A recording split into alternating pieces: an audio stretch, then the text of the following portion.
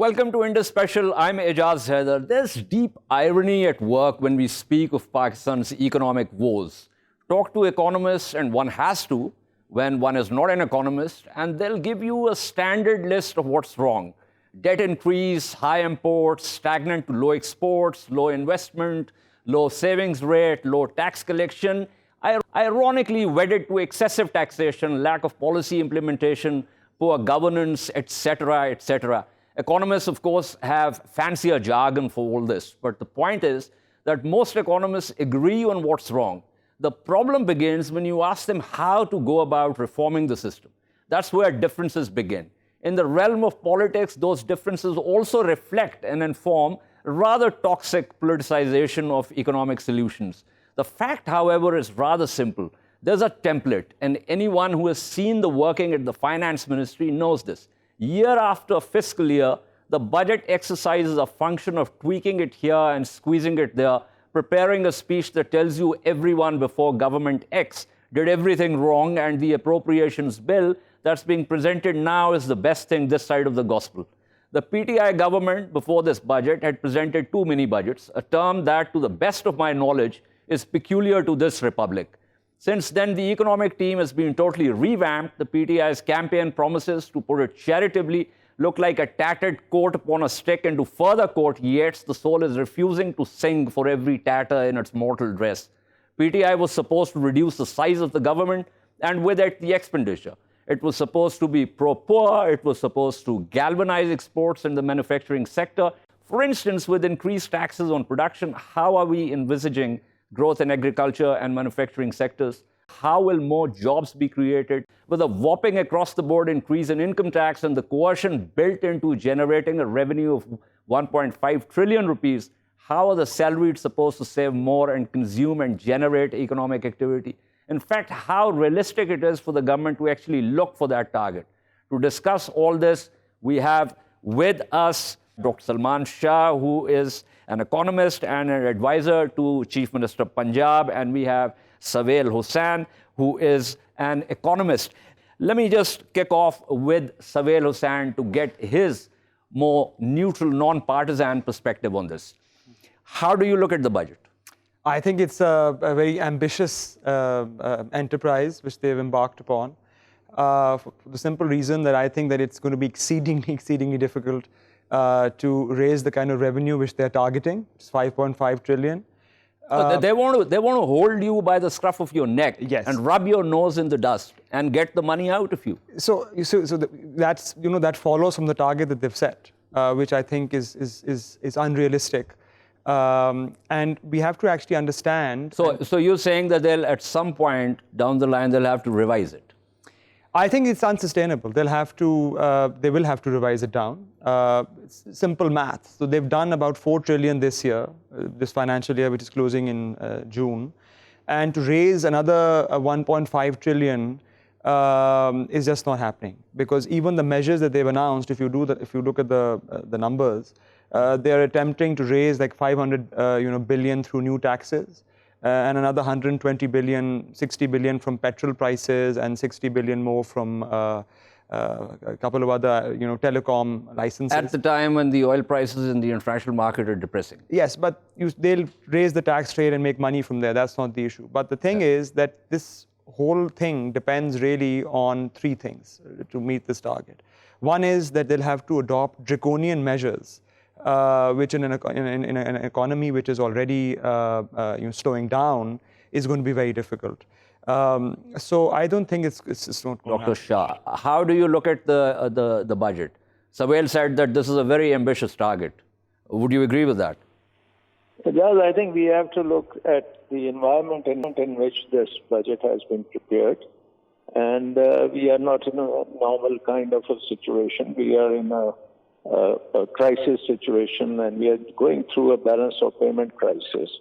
And as a result of that, we have seen a very major devaluation of the currency and realignment of incentives because of that. And we are also looking at a very large debt problem which we are facing, and a very huge debt servicing problems. And as a result, we are also going through an IMF program. Almost it has been agreed to, and after this budget, I presume it will be signed. So that's Okay. So can I hold you there for laypersons like myself and many of my viewers?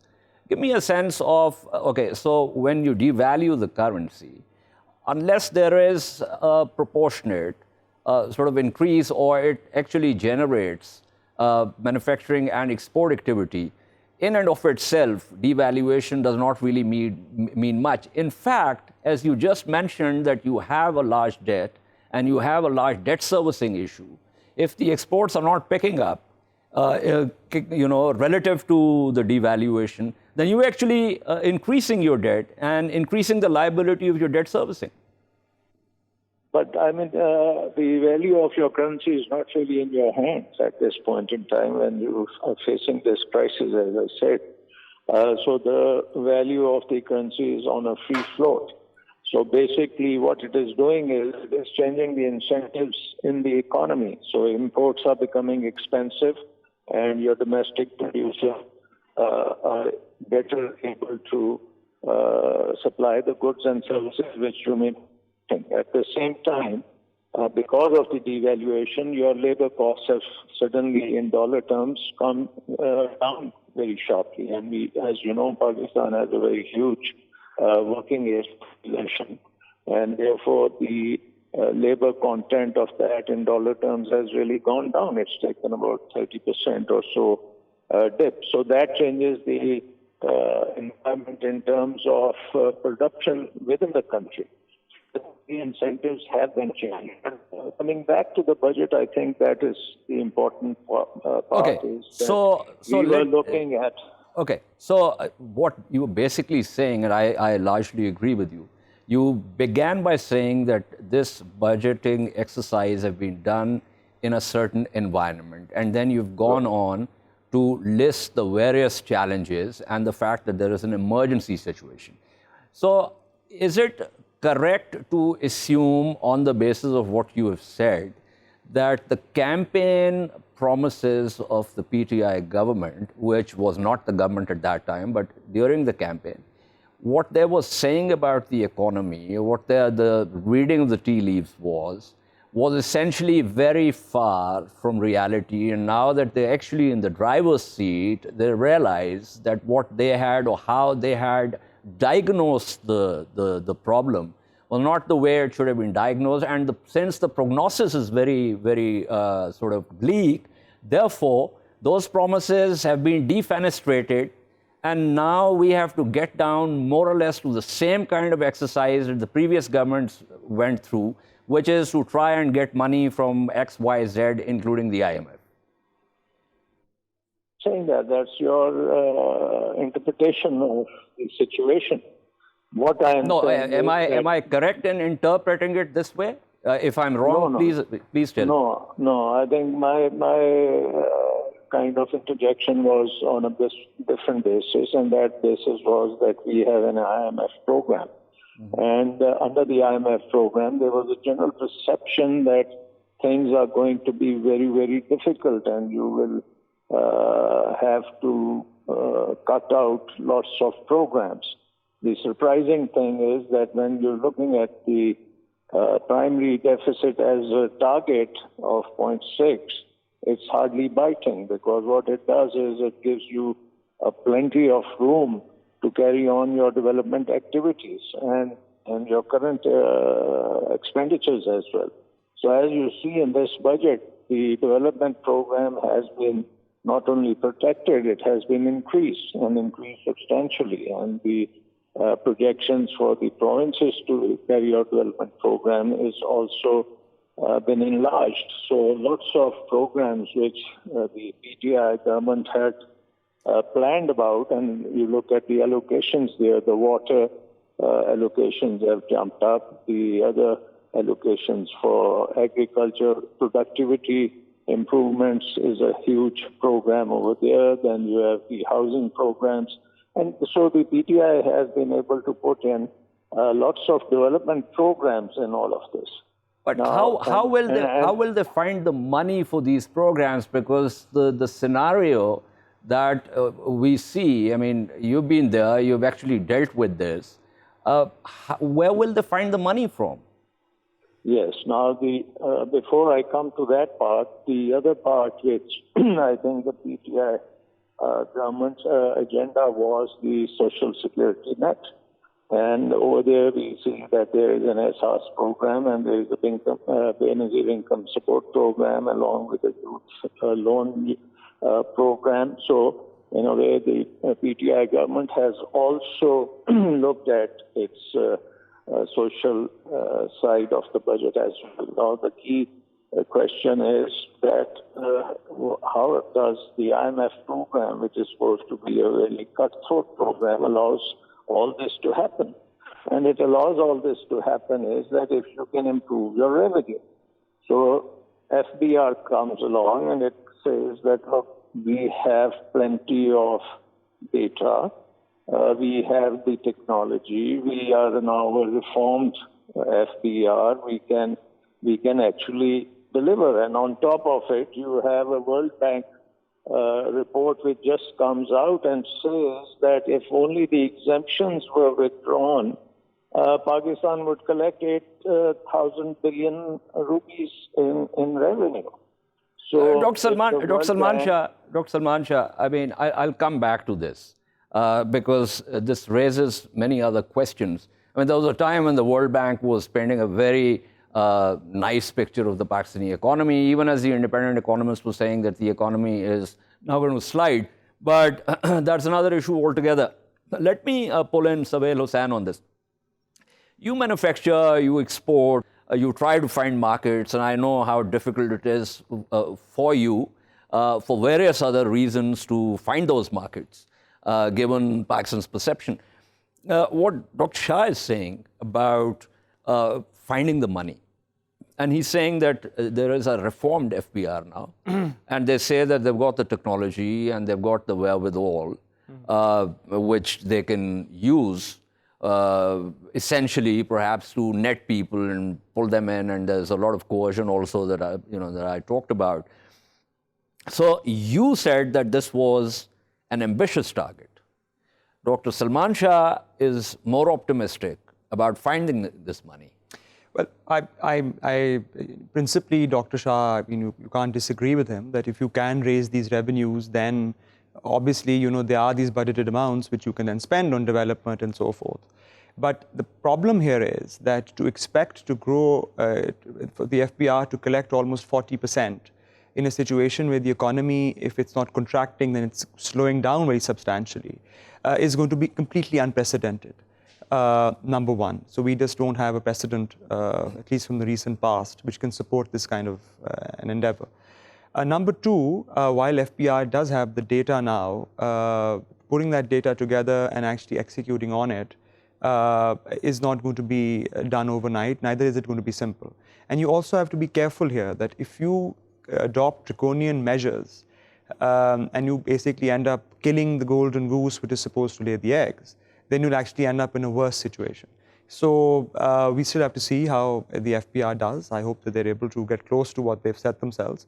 But my only point is that it's going to be exceedingly challenging, and it's not really on this scale been done before. Okay, Savail, here's the thing. And I'm not an economist, but there's some basic common sense to everything. 35% on income tax. I mean, these are people who are already squeezed. These are people whose salaries, the tax is deducted at source. So even if they wanted to not pay taxes, they simply cannot do that because, it just gets deducted.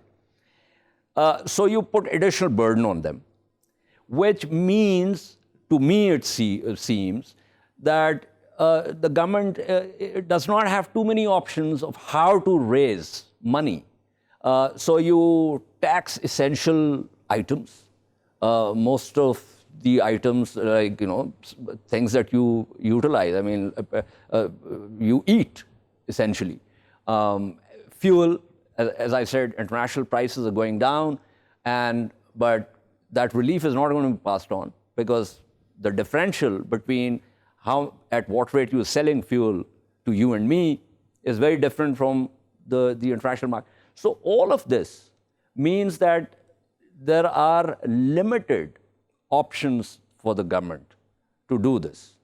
And given the IMF program and certain other conditionalities which do not necessarily have to do with economic restructuring, this is going to be a tough program. So that is actually a concern. And the reason why we are talking about this right now, about setting an ambitious target, we have to have a plan B. Because usually what happens is that once you're in an IMF program and you've agreed to a target, and they monitor you on a quarterly basis, and then when you're unable to achieve that, right, then you have to go and ask for waivers.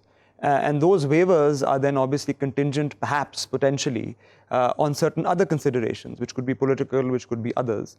So we have to be prepared to face that reality and not be deluded into imagining that we will be able to climb this Everest. I mean, I hope we are, but it's not going to be very easy. So this whole business of withdrawing the zero rating facility, I mean, how is that going to impact manufacturing? So I think zero rating they've removed basically for the 5 export sectors. And by the way, correct me if I am wrong, initially they were saying that this is something that they will not do. I mean, this is, I'm talking pre-budget. Yes, so basically, there's the two schools of thought here. One is, which is revenue driven, and that is obviously, they're eyeing about 250 billion rupees in revenue through this measure. So it looks very attractive.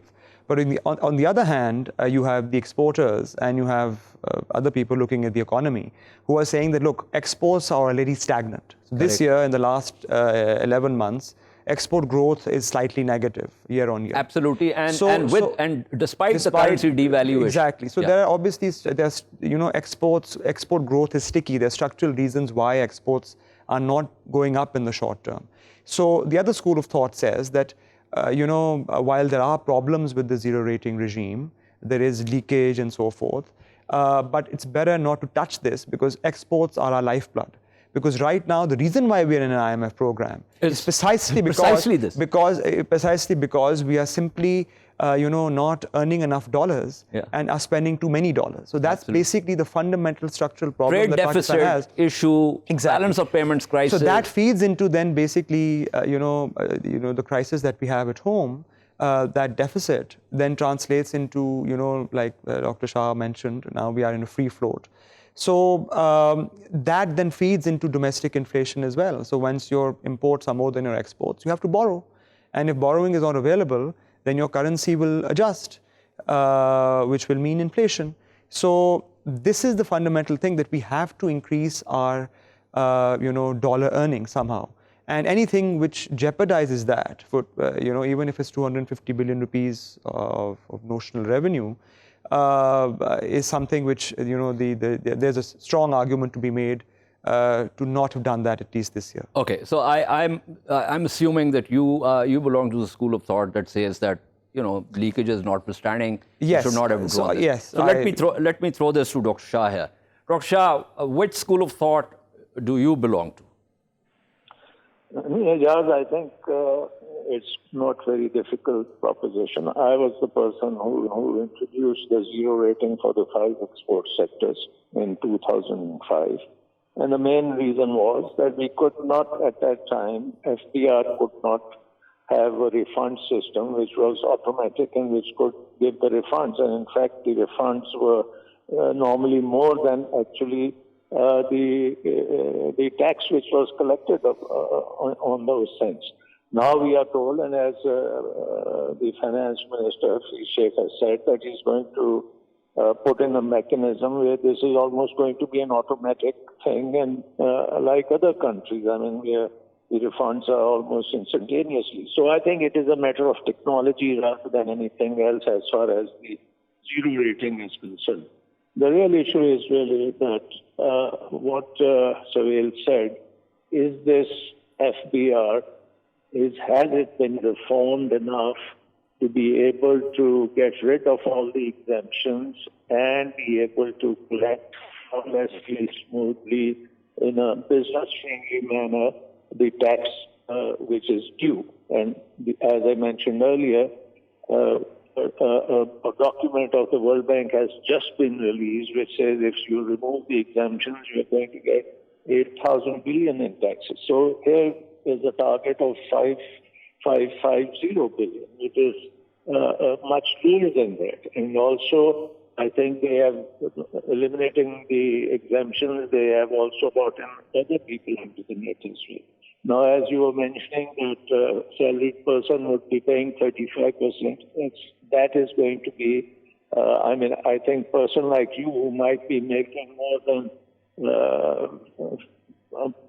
15 million a year or 16 million might be paying 35%, but majority of them would be paying around 10 to 20%. So I don't think that is going to create a very big burden on the middle classes. Then you also, if you look at the investment programs, the total impact of this tax adjustment is maybe around 1 to 1.5% of GDP, moving from the private sector into government coffers. Now that has its own implications. In terms of the devaluation, which was almost 30-40%, this is a very small adjustment compared to the devaluation. So I think we need to put everything in perspective that, yes, people can say that 1.5% consumption and investment in the private sector would be much more efficient than 1.5% going to the government and government wasting the money. But now we are looking at projects like the government is going to spend 70 billion on water, and which was not being done before. So you're talking about Bhasha Dam, you're talking about Mogan Dam, you're talking about basic infrastructure which is going to be built.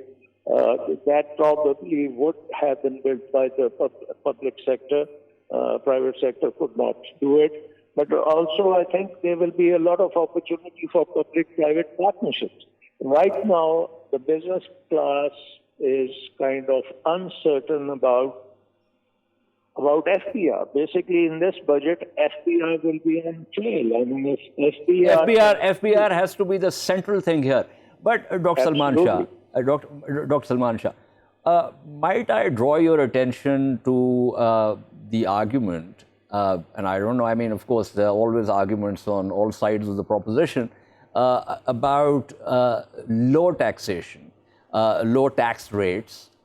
You know, this debate has been going on in the West also, especially in the US. And in my introduction, I talked about the problem of low tax collection wedded to excessive taxation in Pakistan. And so those who are paying direct taxes are also, there is a plethora of things on which every Pakistani is paying indirect taxes. So the issue is not really just about taxes or lack of taxes. And when the government slaps additional, direct taxes on those who are already paying taxes, whose taxes get deducted from their salaries, then the signal that the government is sending is that we are going to just squeeze you, you are lemons, and we need to squeeze you.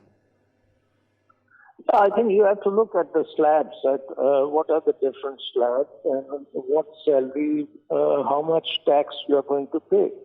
So I think, as I said, most of the middle class would end up paying 10 to 20% on taxable income. Most of the middle class live in rented houses. Most of the middle class do not have jewelry or gold bricks stashed somewhere. Most of the middle classes own maximum 1 or 2 small cars on lease. Most of the middle class is paying indirect taxes on everything that they buy. So they're already squeezed. No, I think if you're looking at in terms of taxable income, the tax rates above, I guess, 15 million plus per year salary would have a higher tax bracket than 20%. And it will go up to 35%, which is basically above the corporate tax rate. So this higher tax bracket is really aimed at association of persons where persons are not incorporating, and they are because outside incorporation they would have a lower tax rate. Now you have turned it around and you're saying if you are an association of persons and you're paying 35% tax, then why not become a corporate and pay 29% tax? And so I think that kind of a change is what we are thinking.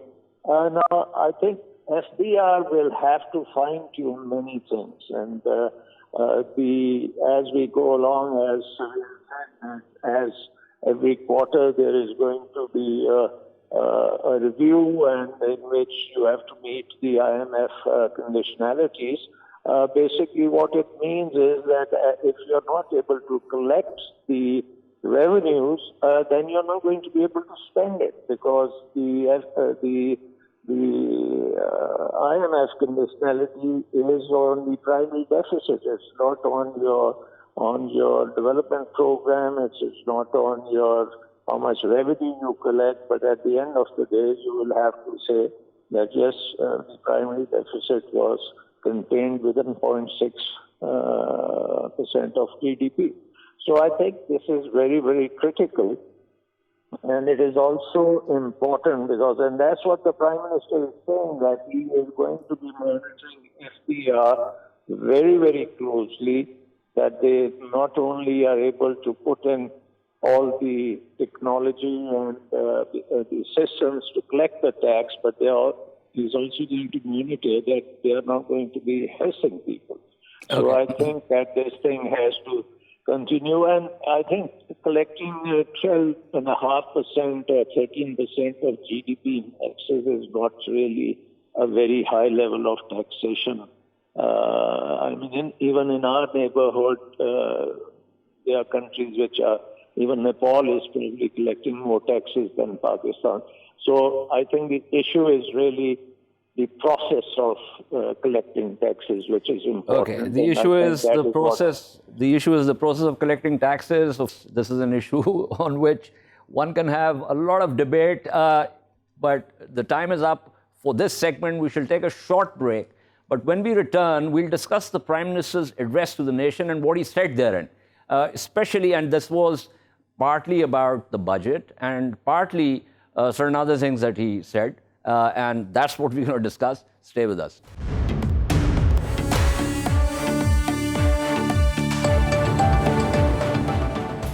Welcome back to Indus Special. We were discussing, obviously, the subtleties and nuances, the positivities and the minuses of the budget. But in addition to that, on Tuesday night, Prime Minister Imran Khan addressed the nation. I say addressed the nation because his speech was preceded by the national anthem, a clear signal that he's speaking to the people of Pakistan as the country's chief executive, not as the head of a particular party. Since the address succeeded the budget speech earlier, one would have thought that he would, through a written text, dwell upon some of the salient features of the budget, our standard misnomer for appropriations bill, incidentally. Instead, we saw a speech that was partisan, accusing the PMLN and the PPP leadership of thieving, stealing, and stashing whopping amounts of money in cases that are still sub judice. He said that since 2008, the country's debt burden rose by 2,400 billion rupees. He then created a correlation by saying that, and I quote, and during these years, the wealth of these two households also rose by the same speed, unquote. Then he delivered the known line, again, quote, this rise in the debt burden is owed to their corruption. He also promised making a commission which will exclusively focus on finding out why the debt increased to where it has gone. To discuss the PM's speech, its mode and content, we have with us Mr. Waleed Iqbal, who is by training a lawyer and is a senator for the Pakistan Tehreek-e-Insaf. We also have Zahid Hussain joining us from Islamabad. He's a writer and analyst. And we retain Savail Hussain, who was with us in the first segment. Since Senator Iqbal is a PTI politician, I will first let him hear out what Zahid Hussain is saying, and then I will get back to him. Zahid Hussain, how do you read that speech? What impression did it leave with you? It was a very disappointing speech. One expected that given the occasion, and he would talk something about budget, and appealing to the nation that there's going to be a tough times ahead, and would offer also some kind of political reconciliation.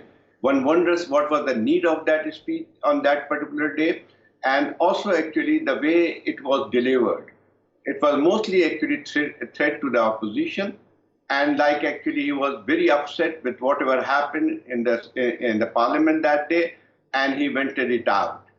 One expected more of a statesman-like behavior from him, and it was not there. Okay, And I so think probably are you more concerned about the fact that the Prime Minister clearly looked very angry, or are you concerned about when you say he spoke his mind that the content of what he talked about was something that could be objected to? Well, actually, it was a very incoherent speech, and there was nothing actually. There was no substance. It was like actually when he used to speak to his audience during dharna, and it was a speech from container rather than a speech from Prime Minister. And I think probably he should not have spoken at all if he did not have anything to say. The thing is that it's a very serious situation. The government is confronted with many challenges, and particularly on the economic front. And that day, budget was announced. Despite all those problems in the parliament, the minister was able to deliver his speech. And I think it is time for the prime minister to show something, to offer something to the nation, and some kind of confidence. Like I was expecting that his speech will be trying to tell people what are the problems, what are the challenges ahead, and what he expected from the people, and what he would like to have or expected from the opposition.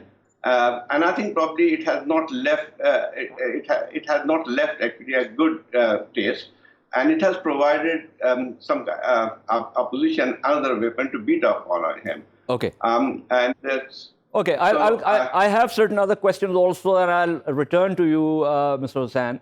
But Savail Hussain, before I go to Senator Waleed Iqbal, I want to ask you something a little more technical here. Since we were earlier discussing the budget, the Minister of State, Mr. Hamad Azhar, he delivered the speech. And from what he said, it seems to me that he was talking about the structures, the macroeconomic structures, which have led the economy to where it is. Now, if I compare what he said on the floor of the House with what the Prime Minister said later in his speech, there seems to be a huge discrepancy, because Mr. Azhar is indicating that there are multiple factors and variables that have led the economy to where it has gone. The Prime Minister is saying that there are two households that have thieved, stolen, and stashed money, and every economic woe of the country that we face today is owed to that. I think Hamad made a good speech, given the circumstances and given the fact that it was a very tough speech to make. The budget itself is a very challenging one. And I think he correctly alluded to some of the structural problems which underlie, our long-term problems. What are those structural problems? The first and foremost is, as I mentioned in the first segment, that we're simply not earning enough dollars and are spending more than we're earning. So there's that fundamental gap. And there are multiple reasons for that. And this is not something which has happened over the last 10 years. But if you look at our exports, and if you compare our performance within the region, our trend, we have been falling behind for 30 years. So if you look at you were saying that this 2,400 billion rupees debt is not because the Sharifs and the Zardaris have been stealing? No, but that's what the Prime Minister said. But that was a political statement. I'm not taking that particularly seriously at this moment. Okay. What I'm saying is that... And I'm assuming you're not taking it seriously because that's not the reality. Well, what can I say? Okay. All I can say is that, there are structural reasons why Pakistan has been falling behind in exports and why our imports have been going up. It's not been limited to any one particular government. I think successive governments over the last 30 years, are responsible. Including the Musharraf government. Throughout the period, I would say there were structural imbalances which were not addressed, which have built up over a period of time. We also have another structural crisis, which is of public finances. So if you look at our budget, even the budget that was presented on Tuesday, you will discover that once you take into account just two heads, which are pensions and which is debt servicing, that more than eats up the revenue which the FBR is generating for the center. Okay. Right? Let me go to Senator Iqbal. Senator Iqbal, you heard Mr. Hussain. You also heard Mr. Savail Hussain. There's Hussain and Hussain, so I have to identify. The thing is that where the economy is, it's got to do with lots of macroeconomic factors and variables. But the Prime Minister focused on the thieving and stealing of the two families from two opposition parties. As I said in my introduction, the speech was preceded by the national anthem, which essentially indicates and signals that the Prime Minister of the country, the Chief Executive of the country, the non-partisan office of the Prime Minister is going to address the people of Pakistan. But the speech was very partisan in nature. Do you think it was called for? There is firstly no doubt, and there shouldn't be any doubt, that it was an address by the Prime Minister of the country, the head of government, to the people of Pakistan. And yes, it was on the same evening as the budget speech in the lower house and the laying of the budget before the upper house as well, which was, which ensued later. It seems to me that somehow a few of the things have stood out in terms of what the Prime Minister said, and others have not been discussed that much. In the totality, I think some of the important things the Prime Minister shared with the people of Pakistan, firstly was the fact that, how difficult the conditions were, particularly of the economy, when the PTI government took office 9.5 months ago. And he also explained that in these 9.5 months, he's hardly taken 7 or 8 days off. And I think he implied that it has been an extremely testing time, very stressful time, because of the condition of the economy. But that was something that was amply put out by Mr. Hamad has been brought about, so he can take up some of the important issues that the economy is faced with. And we inherited a record trade deficit. We inherited a record budget deficit. And one of the major things that is affecting the common man or every citizen of this country is inflation, or in Urdu, as we say, mahangai. And that is one of the symptoms of the ailment, of the ailing economy, with this record trade deficit and record budget deficit and the ballooning of the country's debt. And it's not 2,400 billion, it's 24,000 billion, from 6,000 billion to 24,000 billion in 10 years. He also explained that the external debt went up from 39 to 41 billion in the times of General Musharraf. And it went up from 41 billion to 97 billion. It's US dollars during the ensuing 10 years. So he also explained further, it was not just an attack on the two major political parties, but the fact that as the country's debt soared, the net worth of two families also soared in greater proportion than that during those very 10 years. And he explained, how the methods which he has explained to be indistinguishable from theft that the country has suffered at the hands of the two previous ruling families in terms of taking money out of here, putting it in accounts abroad. So let me interject here. I want to ask you something. I want to ask you, is it in the fitness of things when cases are sub judice for the Prime Minister of Pakistan to actually come and use the mode of the address to the nation for a completely partisan purpose and level allegations that have not been proven as yet and where the cases are sub judice? I ask you this also because by training you are a lawyer and an eminent one at that. Well, just to finish off, as I was saying that the commission that he alluded to, I mean, what he wants to ascertain is just, the major thing that came out of this speech was the fact that he wanted to set up and head a commission.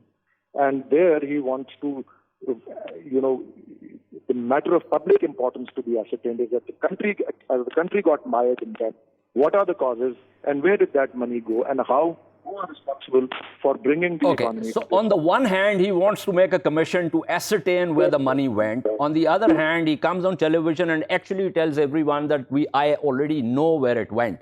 So that's a strange kind of logic. Since I have to wrap up also, let me quickly go back to Zahid Hussain on this. Zahid Hussain, how do you look at this?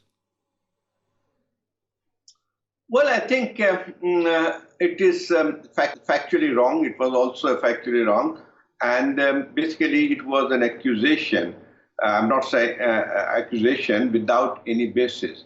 Like what he was saying, actually, it's a very simplistic thing to say that the money which has been borrowed by the state of Pakistan over the last 10 years have gone into the coffers of two political leaders. And so what kind of message are you sending to the international community? And that this country is a banana republic, where actually the government borrows and that money goes into the pocket of political leaders. So that does not give much confidence to the people of Pakistan and also to the international community. This is all for today. I shall see you tomorrow. Until then, it's goodbye.